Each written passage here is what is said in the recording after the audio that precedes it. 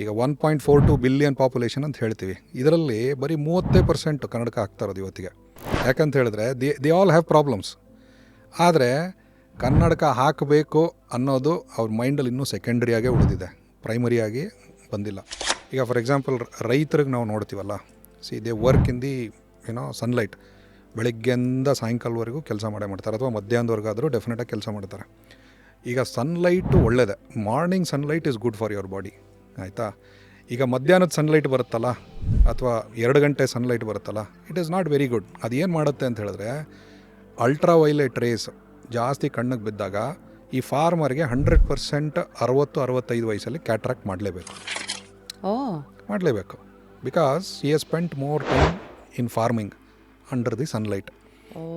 ಅಲ್ಲಿ ಜಾಸ್ತಿ ಸ್ಪೆಂಡ್ ಮಾಡೋದ್ರಿಂದ ಕ್ಯಾಟ್ರಾಕ್ಟ್ ಬರೋ ಚಾನ್ಸಸ್ ಇದ್ದೇ ಇದೆ. ಯಾಕಂತ ಹೇಳಿದ್ರೆ because is expose to ultraviolet rays more. ಇದು ನಮ್ಮ ಸಿಟಿ ಜನಕ್ಕೂ ಅಪ್ಲೈ ಆಗುತ್ತೆ. ಸಿಟಿ ಜನರಿಗೂ ಅಪ್ಲೈ ಆಗುತ್ತೆ. ಪೊಲೀಸರು ನನಗೆ ತರಕಾರಿ ಮಾರೋರು 100%. ನೀವು ಹಣ್ಣು ತರಕಾರಿ ಮಾರೋರ್ಗಂತೂ 100% ಟ್ರೀಟ್ಮೆಂಟ್ ಕೊಡಲೇಬೇಕು.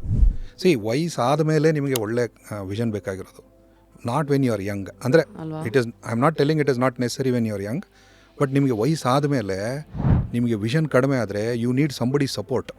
ಅವಾಗ ಇನ್ನೂ ಜಾಸ್ತಿನೇ ಬೇಕದು. ಸೊ ಅದಕ್ಕೆ ನೀವು ಯಂಗಾಗಿ ಇರೋವಾಗಲೇ why don't you take care. Full ವಿಡಿಯೋನ ನೋಡಿ on rapid Rashmi's YouTube channel.